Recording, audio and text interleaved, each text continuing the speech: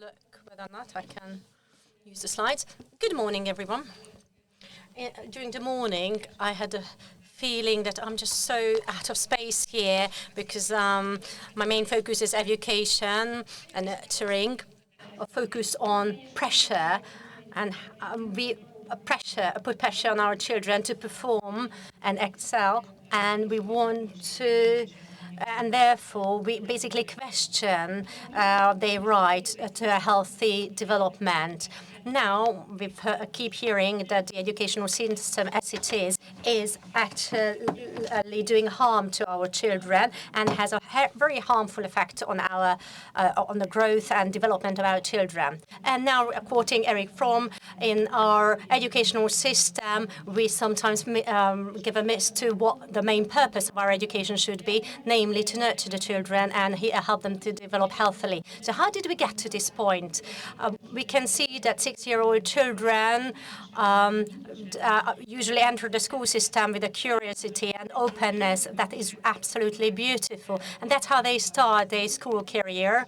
And within a couple of years, they lose their self-confidence, they have anxiety, they have behavioral disorders, and they are very, very bored in school and at home. So these kids are very easily to be used for just about anything. So now let's just look at the root of this problem.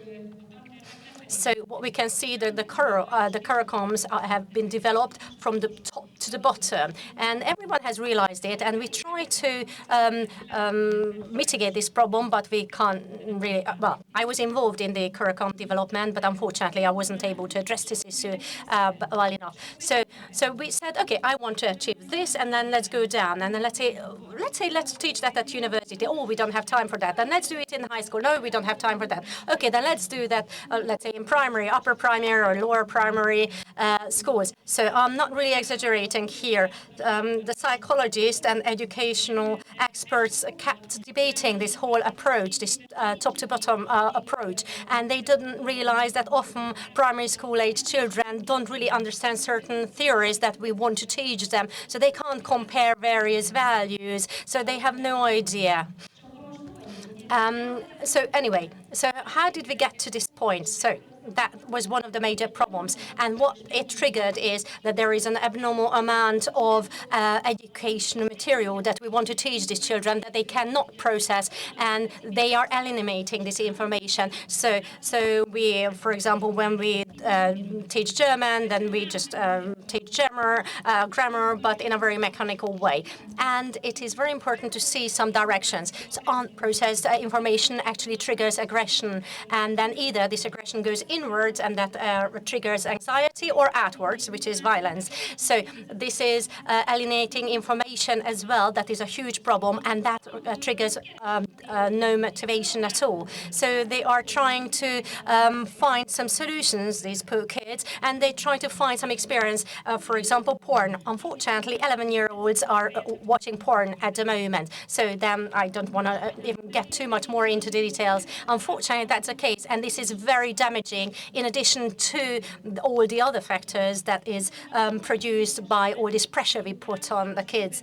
And also there is a lack of movement and physical education for these children. So often their nervous system is not mature enough, and it's very difficult to educate them because there is a huge hurdle for them. They can't do anything about it. Often primary age children, they should actually have physical education for 3 hours at least a day. I have several kids and grandkids. I know what I'm talking about.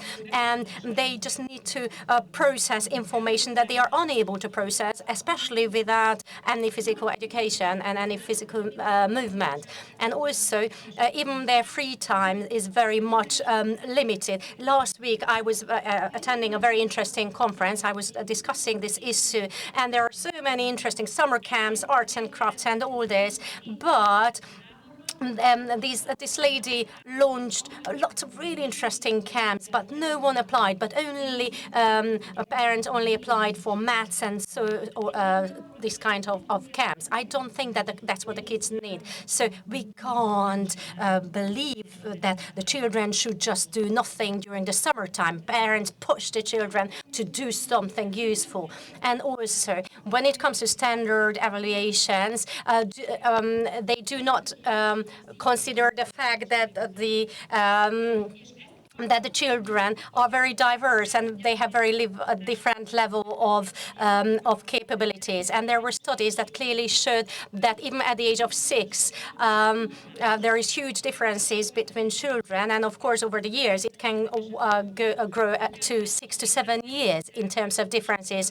And the various schools have such diverse children, but trying to educate them in a standardized way. And of course, accepting children and admitting children to the same school without any differentiation, that's a huge issue. Emotional intelligence is my field of expertise, and I think we do not develop it at all in our educational system at the moment. And there are some very alternative initiations, but nothing is really happening. So we are just focusing at least to 95% on the IQ rather than the EQ. And all the emotional intelligence is now underdeveloped. And no matter how much we are trying to focus on IQ, these kids will be unable to use it later on without their emotional intelligence. So this should be the engine for their later life. And when we are talking, oh yes, we will have the entrance exam for university and we need to, I don't know, do language exams, and that's what we need to focus. But that's not what the focus should be. And also, we do not really focus on nurturing their talents. We do not do that. And what we can see that even in year 1, so for a 7-year-old, they have sometimes 12 teachers, and everyone is just teaching them for 45 minutes. They do not know these children. And then we are surprised that we do not know that, for example, that poor child is being bullied for 3 months and no one knows it because the teachers only spend 45 minutes with them. So, of course, they leave after 45 minutes and go to the next building. And also the parents have no idea what's happening with the child because they have after school class and then go to bed. And what happens? These poor kids are very much vulnerable in this situation. And we think that we are just more professional and in a competitive global world, we prepare them for life. But what do we prepare for them? So, for example, when it comes to emotional bonding, we need to teach them, but we can't teach them in this environment. It would be so easy just to spend quality time with these children, but less things and less programs, less activities, just to have quality times, quiet times together.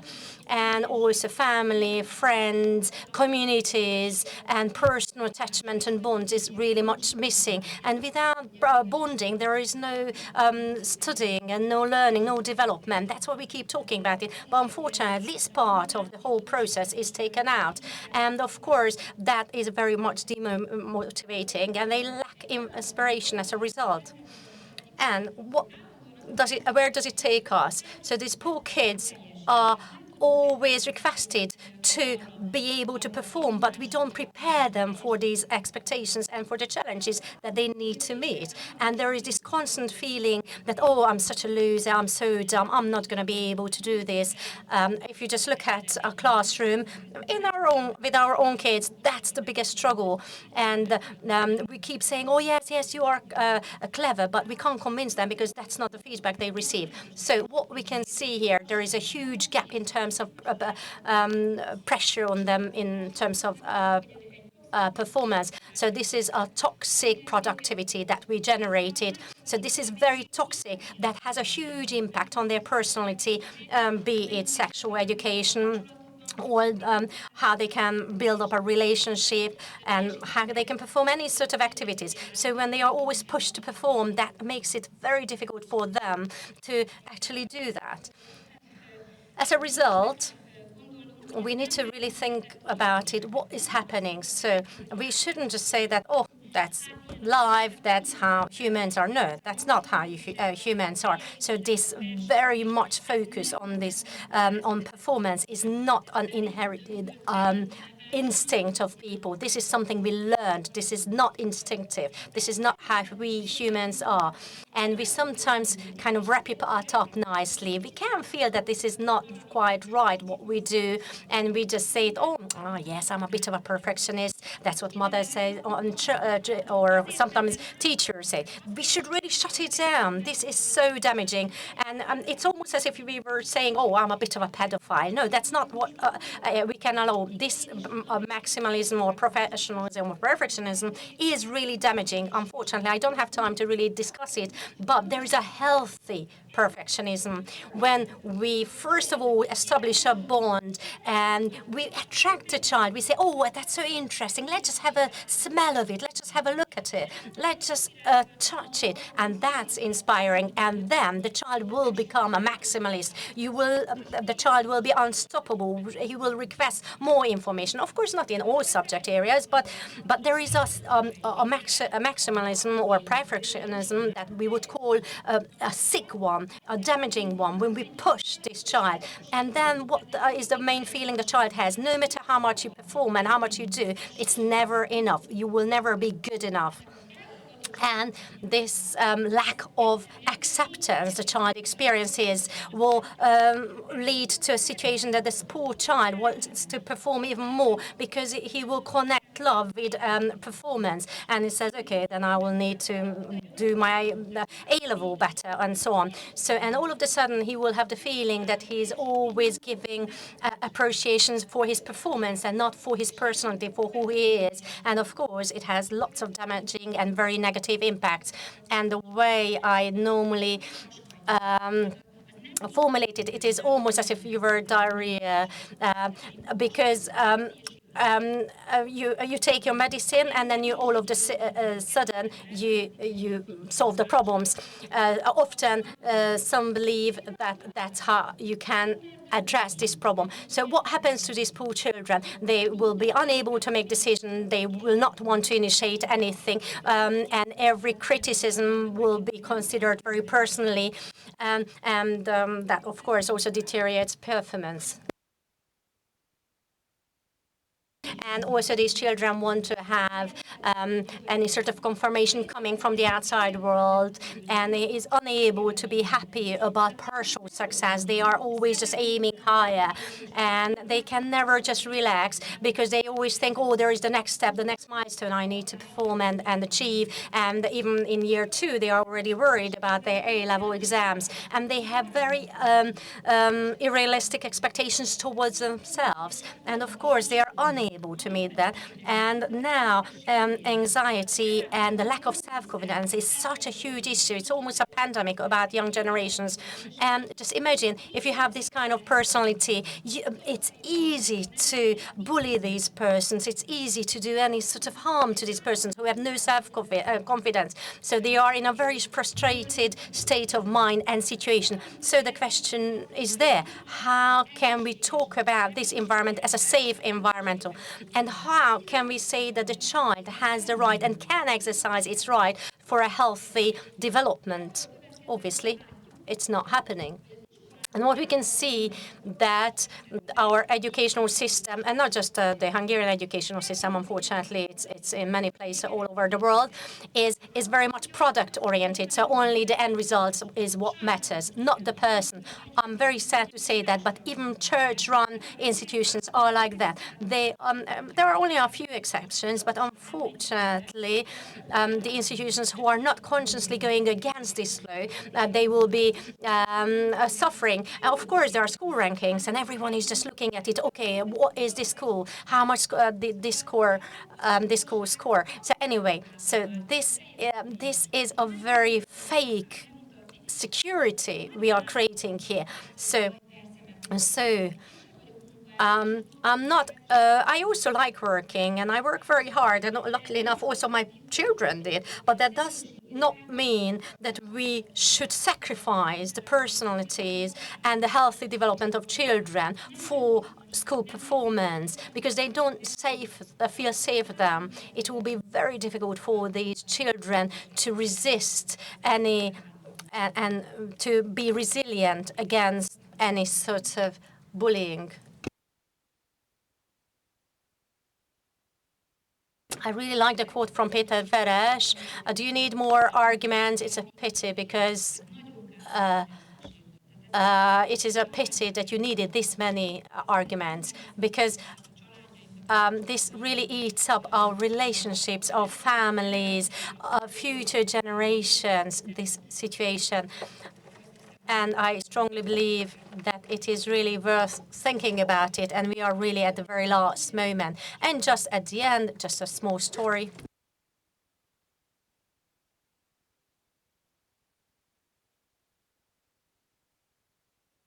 So the Prime Minister received an invitation to a concert, and he sent a finance minister. It wasn't now. So anyway, it was a Schumann symphony. And then the next day, the Council of Ministers said, received a submission concerning the budget. And the Minister of Finance also listed also the problems with the concert. All 12 violinists play the very same tune, and it's completely unnecessary. We could replace it with by just replicating theirs, some of them. And also the tunes were just too colorful. We need tunes that are easier to play, and then also beginners could play in the orchestra. And I don't think that we should really repeat tunes by one violinist that is paid by some others. And if we just replace them, then I think it would all sound better. My conclusion is that Schubert should have also considered all these simplifications, because then he would have been able to finish his unfinished symphony. So I think that would enable us to to also put it into the budgetary situation. We should adopt it to the educational and budgetary the budgetary institutions. I strongly believe that when we are considering performance, then we and the opportunity for personal development is given more space for. That is the key for a better personal development for children. This is what happens if we don't do that. So it is very important to remember that sometimes during the development of our educational system, we just basically got rid of everything that we thought was unnecessary.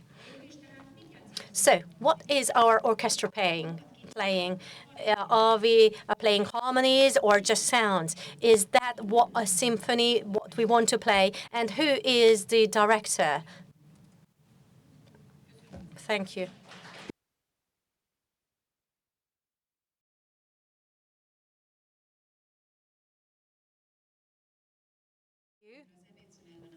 When during the lunch break, it was offered that we should change the order of the speakers. It is not easy to hold a presentation after Rita Pécsi. So I think my topic is very closely connected to the topics of today's morning, and also to what Rita was talking about. So my title seems to be a really strict one. This is actually a project. Actually, we could also call it a program. So it is about organizational development. School and kindergarten are being regarded as a system. But the most important topic all around is that we are dealing with child protection. So our institute, Catholic Institute, is an educational institute.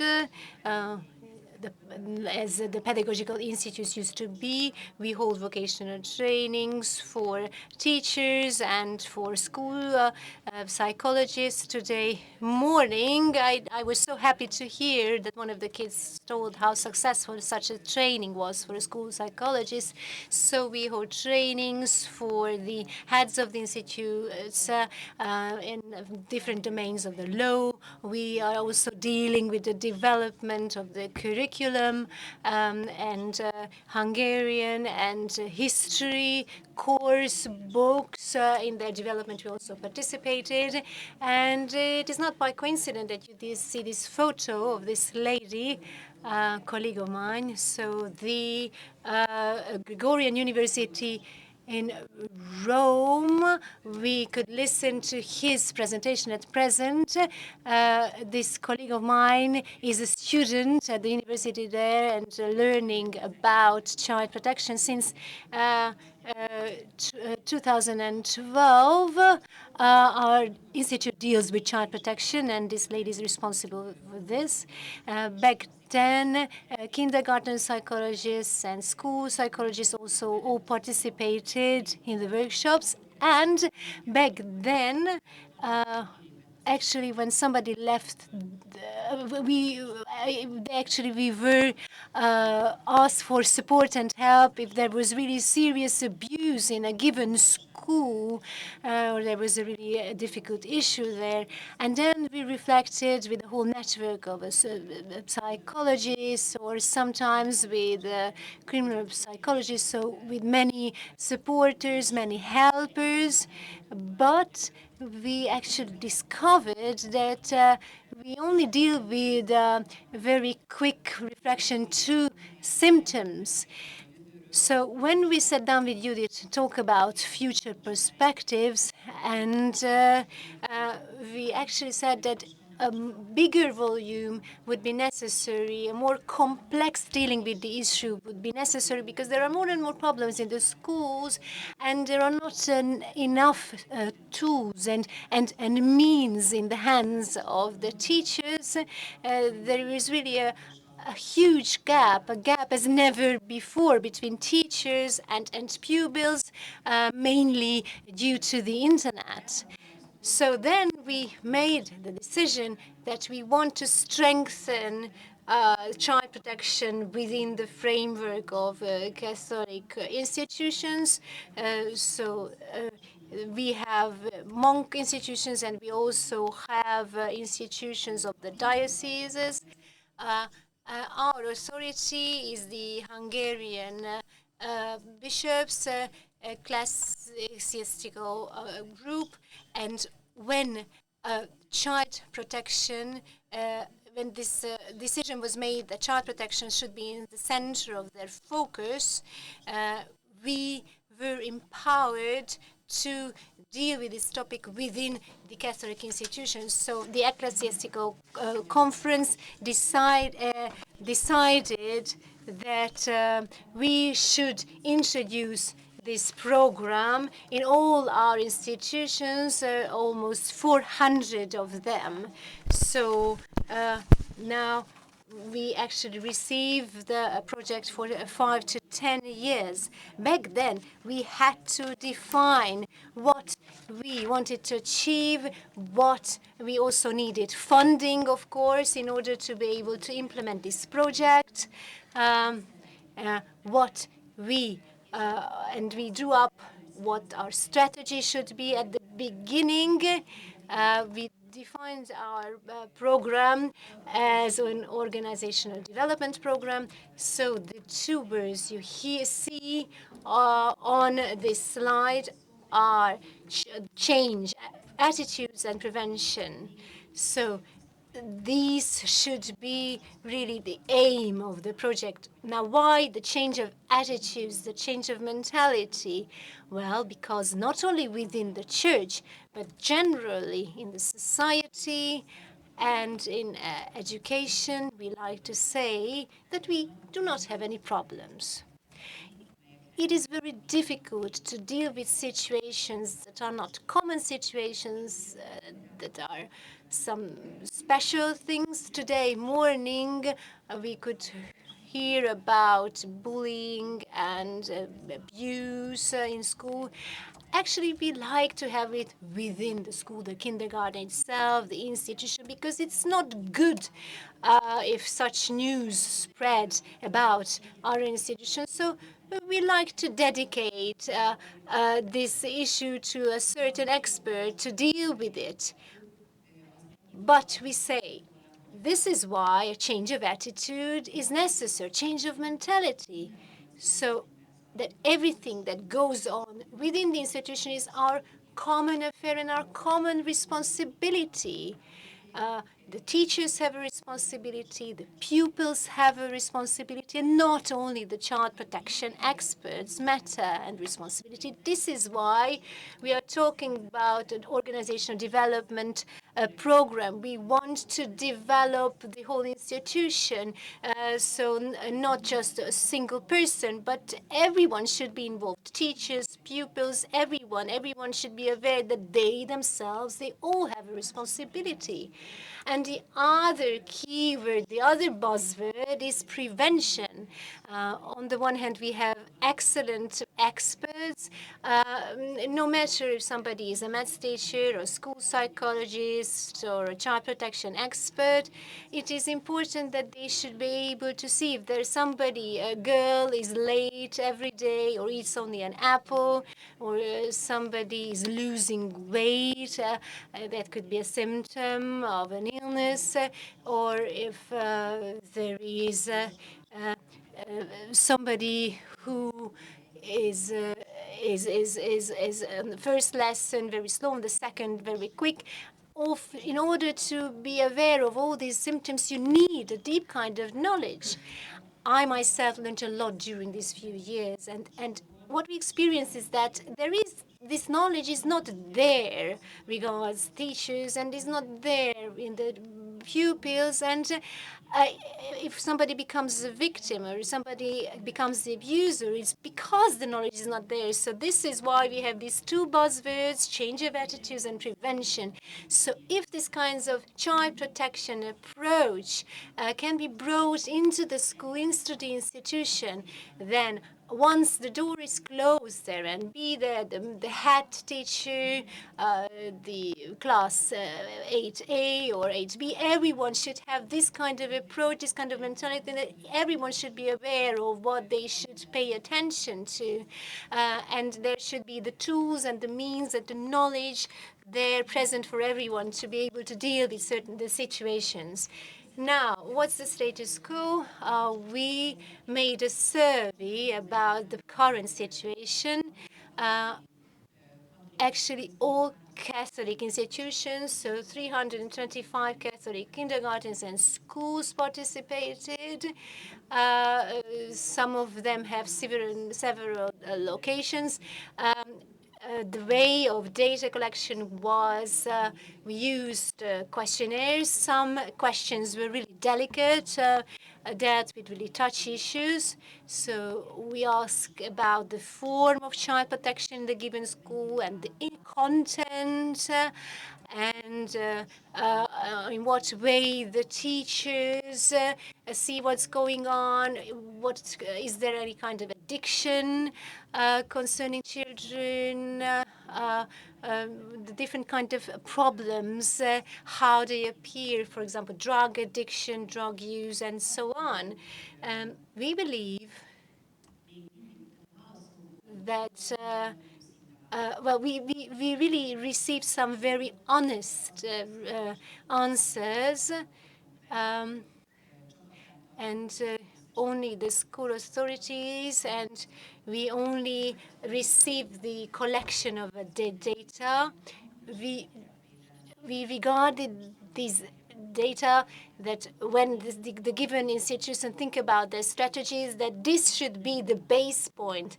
This should be the start for the development of a program. We believe that we received also some answers that were not so honest, or at least that did not want to reveal the real truth. There were some institutions where there were answers, oh, we have no kinds of addictions, we have no kinds of bullying or abuse. Well, if you if you receive answers like this, then we might get the idea that maybe the respondents were not really honest.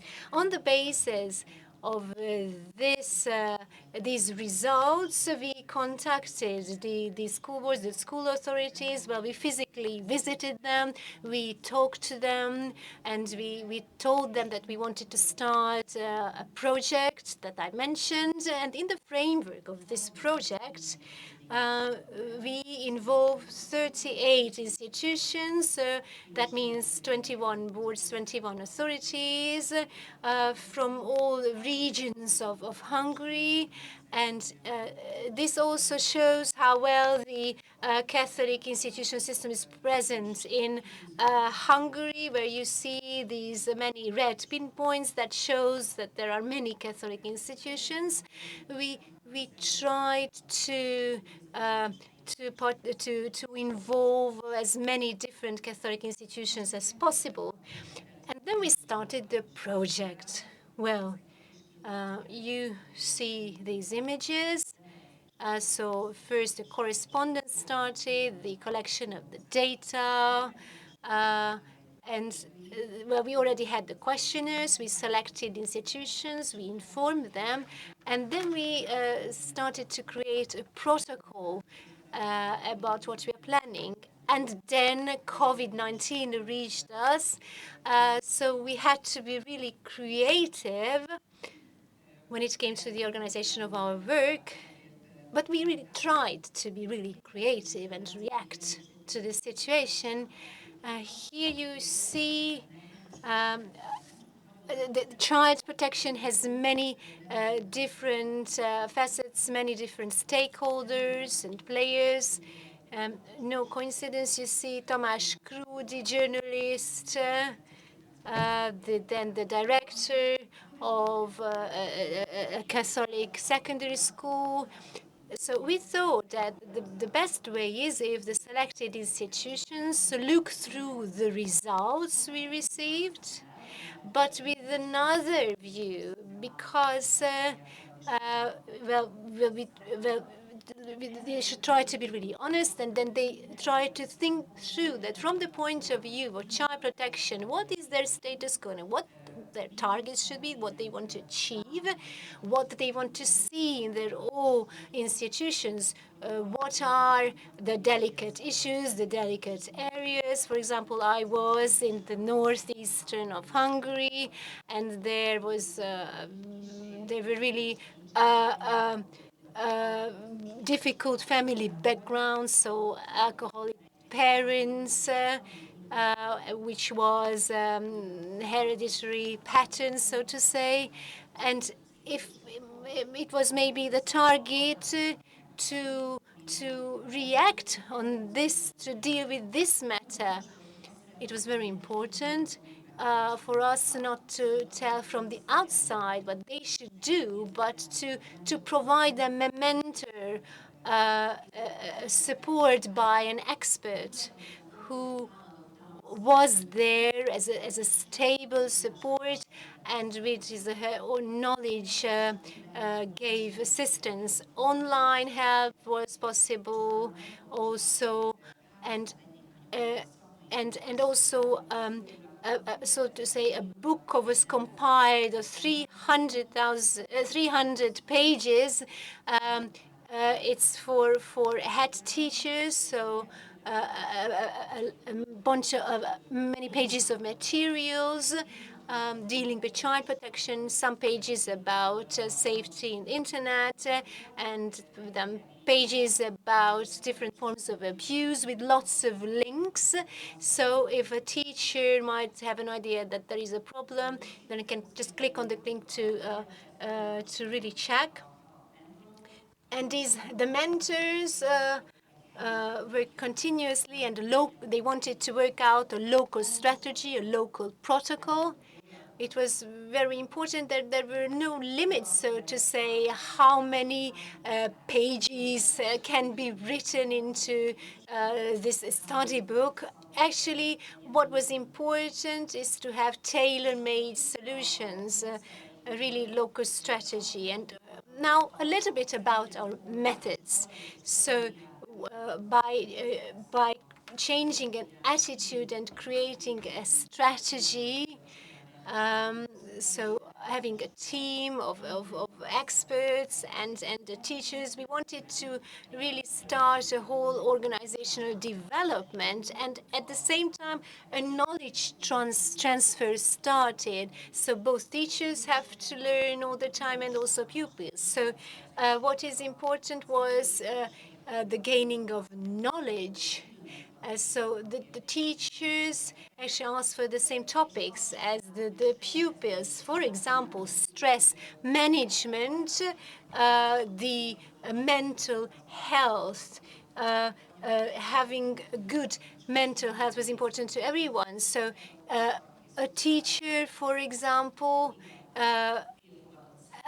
was preparing for the own prof- what she was teaching, maths or geography and so on. But at the same time, there were problems with the children from absolutely other kinds. So we wanted to give them tools how to deal with this. And then addiction prevention was another topic that was really, really popular. So it was important that they could really actively participate in all these problems. Now, a few words about the results. This is from a little school in the northeastern part of Hungary. Here you see a little bowl of fruit and how this can be prepared and then consumed. And then the moderator of the next panel, you see his name. Well, he was also involved. I still have 2 more minutes, so I'm trying to speed up. So a little bit about the results of this project. In each and every school where we were, a work group was created. More I see more. This is what director we know well likes to say. So it's very good to have one child protection responsible, but it's even better to have two because they have then two different approaches. Then the knowledge is added up. A pupil has the possibility to choose from at least two experts, so it's always better to have a bigger option, and it's more easy to turn to them. Uh, During these organizational development, the teachers became more aware.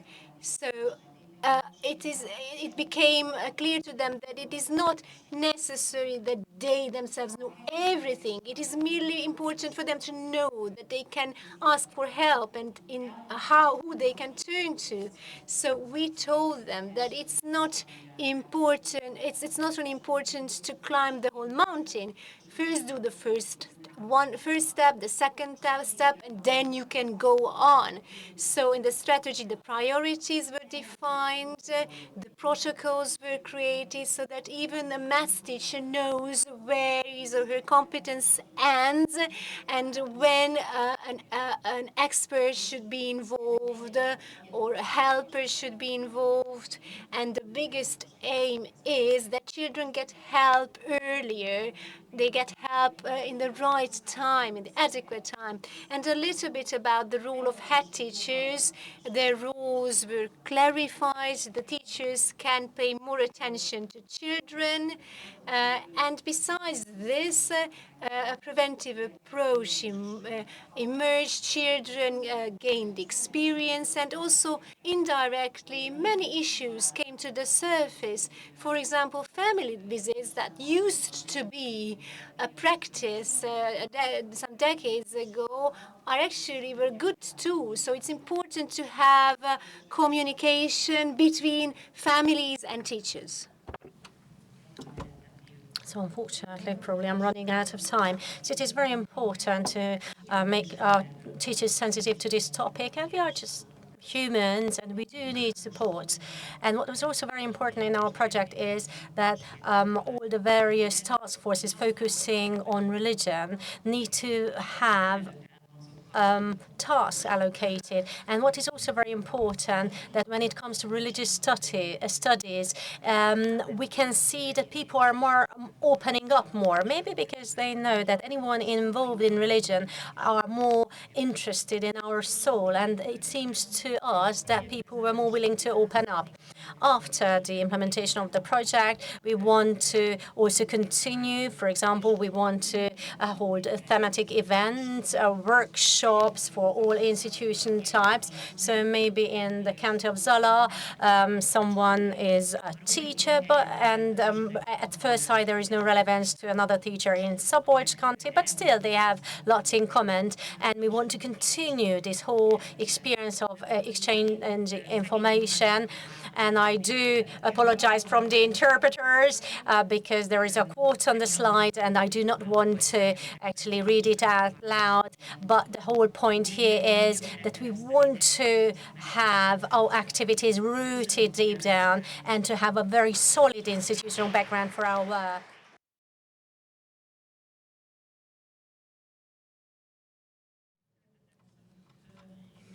I would also like to welcome everyone. Thank you very much that after these two absolutely brilliant presentations, I have to say anything in these coming 15 minutes, but without actually having any sort of consultation with the other two speakers, I think we will be able to provide a very interesting framework to this topic. Well, I did flick through the various documents that I had to provide in the framework of my work when it came to conflicts between children. And actually, it was quite interesting for me to realize that often what is required is to passing on information. So an exchange of knowledge is, of course, very important in our work, but it is also important to remember that it's not only important to know it in theory, but we also have to put it in practice. So the question is whether or not I have the right attitude to be able to be very constructive in a conflict situation. So this is actually my main focus in my presentation and also during my work. Obviously, I'm a child protection expert and a psychologist and a teacher at the same time. So I think I have a very complex, holistic approach to this issue. And in addition to that, I have absolutely wonderful experience in the Educational Research Institute, or when I was working there, when I met nearly 4,000 teachers in a program or in a project where we tried to implement an attitude-forming project. So the idea was to try to teach teachers how to respond to situations where the teacher had the feeling that they have no tools to address the issues between the children in that particular conflict situation, and why these teachers are struggling in certain situations because they feel so not equipped with these tools. And so these were actually trainings provided to 15 or 16 teachers at the same time. And often they kept saying that they feel so powerless and they need help.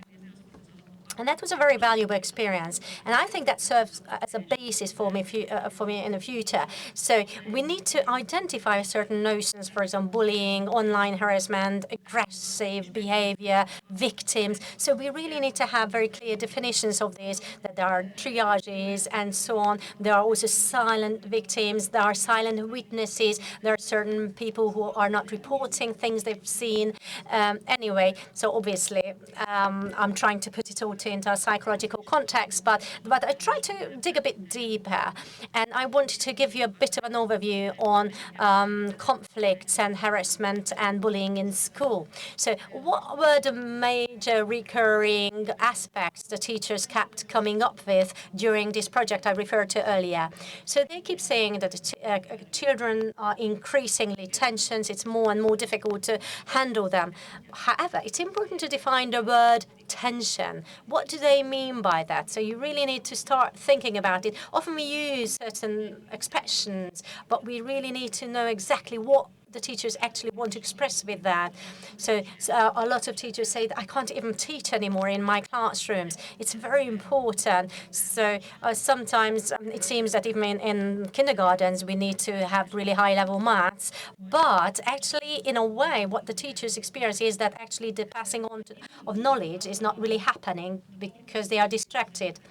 And when it comes to conflicts, obviously, we need to have not need to talk about interpersonal conflicts, which is happening within a person, and then it comes to light or to surface a bit later.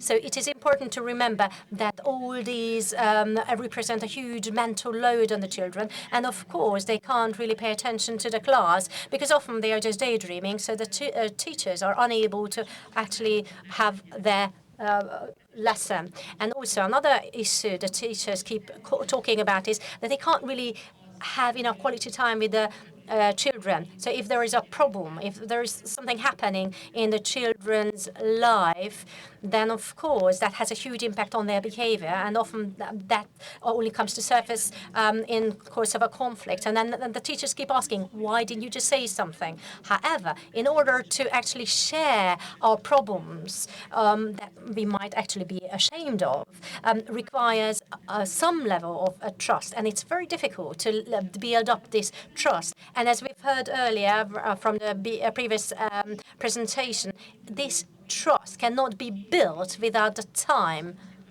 that is required to build this build. So this is caring that and paying attention. So anyway, and also there are other things that the teachers listed as a main problem, that they are on the web all the time, internet all the time, and they are raised by internet, and we have no contact with parents because they are too busy, and often they don't even have sufficient time for their own children, and we can't raise them instead of the parents. And also, what children shared with us that they are bullied, harassed, threatened, and online harassment, bullying is now more and more of a phenomenon that everyone is aware of. So they all at least witnessed it. So the real question here is, and it seems that the previous speaker had a very similar approach to mine. We really didn't consult on this, but I think we can clearly say that a person is a moral being. And it is clearly represented and confirmed by studies on twins. So if one twin is a bit weaker and struggles for lives, you can see that the stronger one tries to cuddle the twin that is weaker. This is a very important part of our personality. We must remember that what defines us, what is very instinctive for us, is that we are emotional, moral beings. Still, how do we end up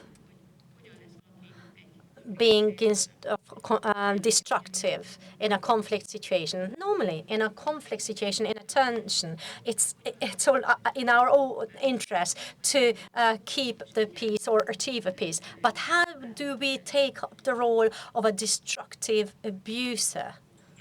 What takes us there? Now, I'm trying not to be too much scientific here. Of course, there are lots of beautiful scientific researches on that, but actually, I really want to talk about the basis. I think we can clearly say that a depressed children with anxiety is not happy. A happy child has no anxiety or depression. Obviously, I'm talking about long-term anxiety. And when it comes to tension, and of course, I'm oversimplifying it, tension, fear, anxiety, they are very much interrelated and feed each other. And it creates a regression and aggression as well, because all these So everything what they experience need additional effort from the child. So we've heard how about the various impacts these children have, that the parents can't spend enough time with them, that they don't have enough physical exercises, they have immense pressure. So all this lead to this very anxious situation, and that leads to regression, aggression, and depression. I'm not that thirsty, I'm sorry. So anyway, so it all leads to depression. And what we really need to understand here, that in our long-term depressed situation, well, let's say it's clearly that really leads to addiction, because it's not good to be in that particular situation. So I want to change my mind, have an influence on my mind, and I want to make sure that I do not connect to the world, that I don't experience as a happy world. So the anxiety is painful for a child. Obviously, it's all logical.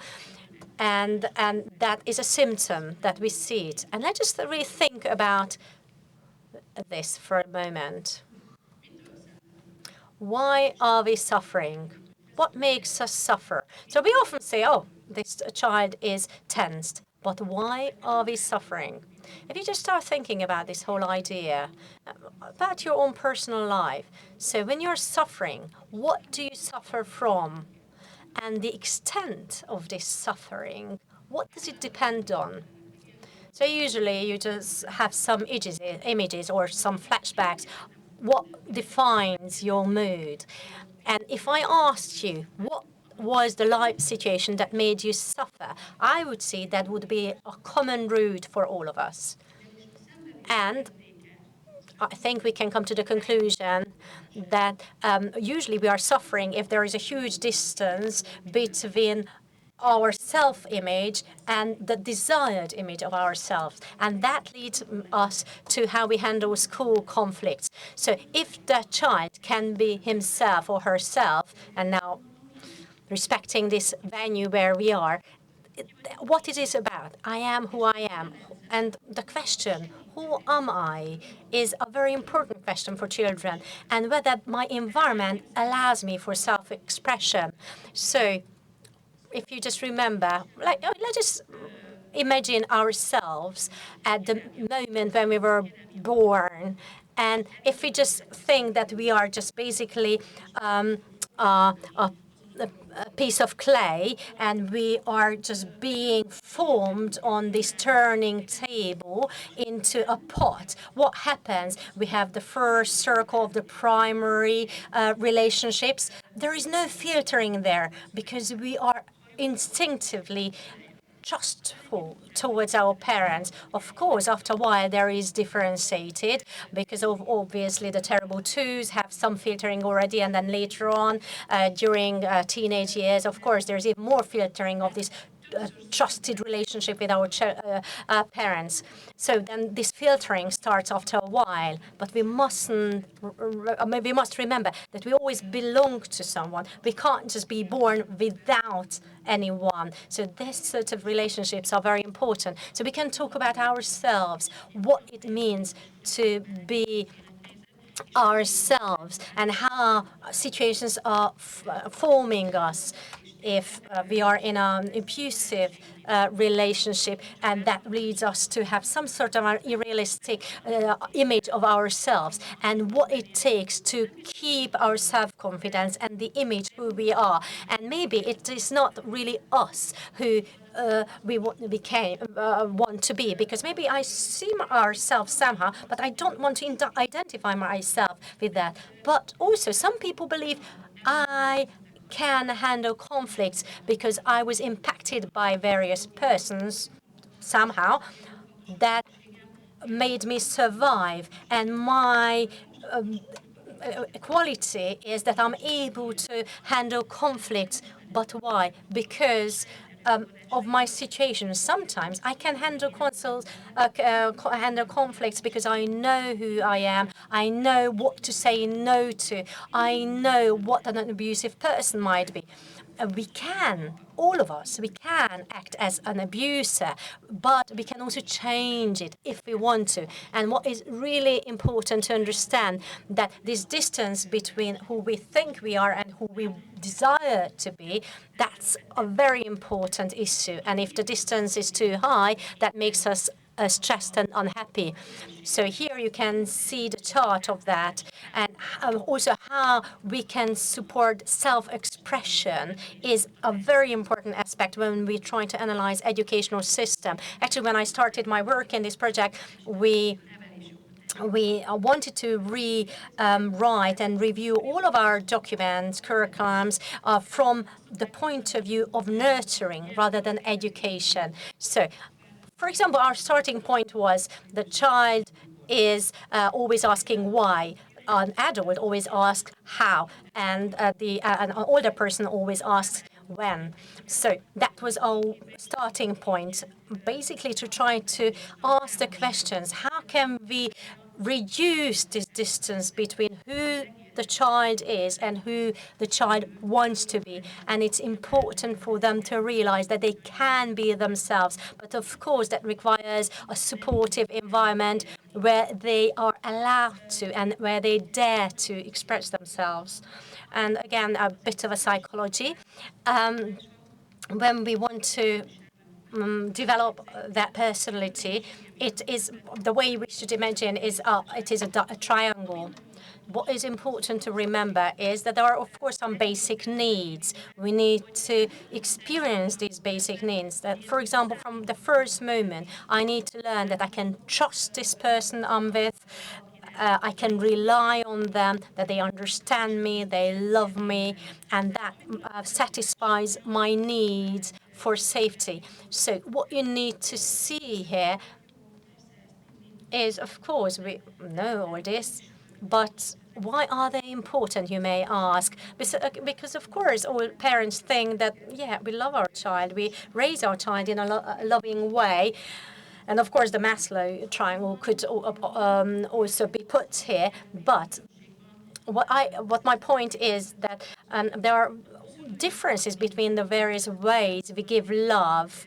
So every parent can express love to some extent and in some form. However, it is important to see whether or not this is the form the child wants to be loved, because often it's not the case. And the very same applies for teachers. So maybe the teacher will believe that they can give a lot, but maybe this is not what the child wants. So, for example, the same applies for cars. So if my car is a diesel car, I mean, I can put in as much petrol as I like, but that's not what my car wants. So this mutual understanding and attention and learning each other is so important, but that requires quality time spent together. And also there are basic schemes that need to be developed by the child. So if the basic needs are harmed, that it is not possible. So the child needs to learn spontaneity, having boundaries, and when it comes to self-confidence, the child can only develop it when they, for example, understand boundaries and if they feel safe.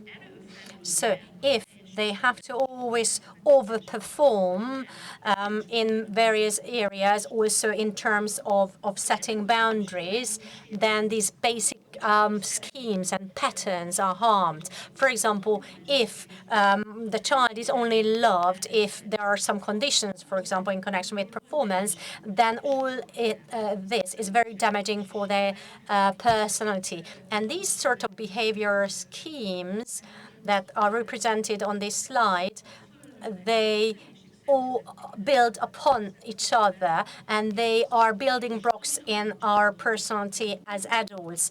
And the way we bond in a constructive or in a destructive ways, that all depends on that.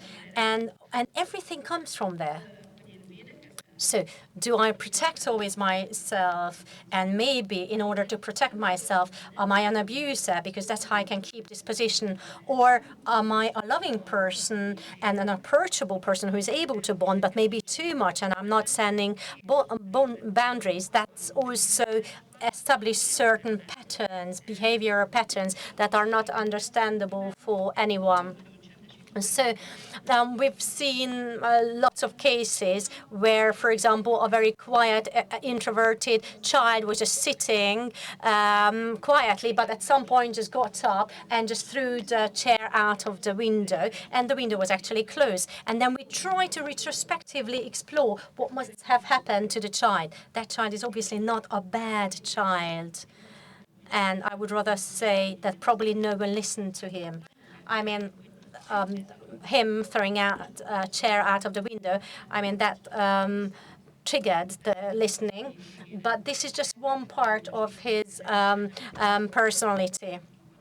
And if I still have some time, then I will really get into this topic a bit more. So if the basic needs are not satisfied, then children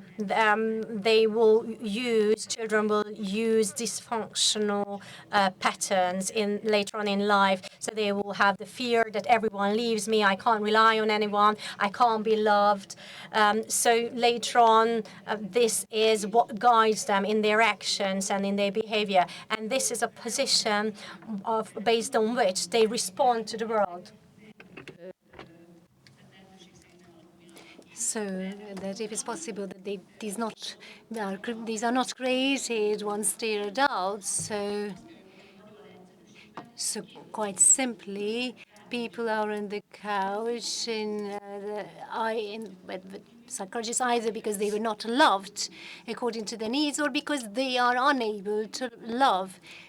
This is at the source of all the problems. So concerning these patterns from childhood, when these problems are not dealt with, then we have this flight or fright, and in the case overcompensation or avoiding a situation or just freezing if the child is unable to react to a given situation because of his personality, and then the dependence from a partner. So when somebody very easily becomes a victim, and why is this? There are children who have the adequate strategies. They are resilient children. Now, what are the sources of resilience? There is the individual level, there is this personal connective network, and there is the community, the culture. There are so many issues that we cannot deal with them on an individual basis. We have to deal with the whole system. So here we have to understand what we can do. So the priority should be a support on the individual level, so through sports and so on, because later on, only through a therapy can such damage of the scheme be healed. So otherwise, it's in such death. So the self-esteem should be based, have another kind of basis. So again, self-belief and the possibility, the capability to make reflections, and then the own personal network. Now, what does it mean? Mainly, first and foremost, the relationship between the parent and the child. This should be good, but to this, what it is connected, the acceptance of peers, who are the role models of a child. We have role models normally who we like, we love, and concerning the culture and the community, we have the norms, the values in this is what we, and then what I can suggest you, what I recommend you, communicating all this on a system level, in reacting to conflicts in schools, and we have dealt with many conflicts. Now, this is this approach of restorative conflict management. So if this is a kind of interpersonal conflict, violation of rules or norms that creates damages and abuse in human relations. And this is, in this case, the conflict is owned by the person. Now, restorative truth service here, the role of the family plays a really crucial role. And by this, if when the problems start in the community, already at the beginning, we should reflect and react on this. Because if in such communities victimization happens, then if we reflect it on time, then we can really see it. And this is why the prevention, the consequences on prevention are to be highlighted. Now, what is important, what Tony Marshall said, that this restorative procedure itself, what is important, that if such things happen, that everybody really participates in healing. Now, I would like to just add one more thing. Back then, when I started to deal with this procedure, when there is really this moment coming that there is somebody throwing out, for example, a chair out of the window, and there is this person with the shame who's really ashamed. Now, restoration works with the shame. We shouldn't leave the child there ashamed, because when the child listens to who has been affected, how, by this event, and we're not talking only about Budapest, but also about all the other rural areas where people really know one another, so it's not the same. We also have to regard this, what kind of community is, how well they know one another. We should see the complex picture. So if the child feels really shame, and we really condemn what happened, but not the person himself, we shouldn't do this. So we really should take the child by the hand and tell him that what he did was wrong, was not good, that we as a community do not accept this kind of behavior, but you as a person, you are important to us. And obviously, just a short, just a quick chart. If after a restoration, the victims just suddenly start to behave in a different way, to start to have other feelings, here comes sympathy into the play.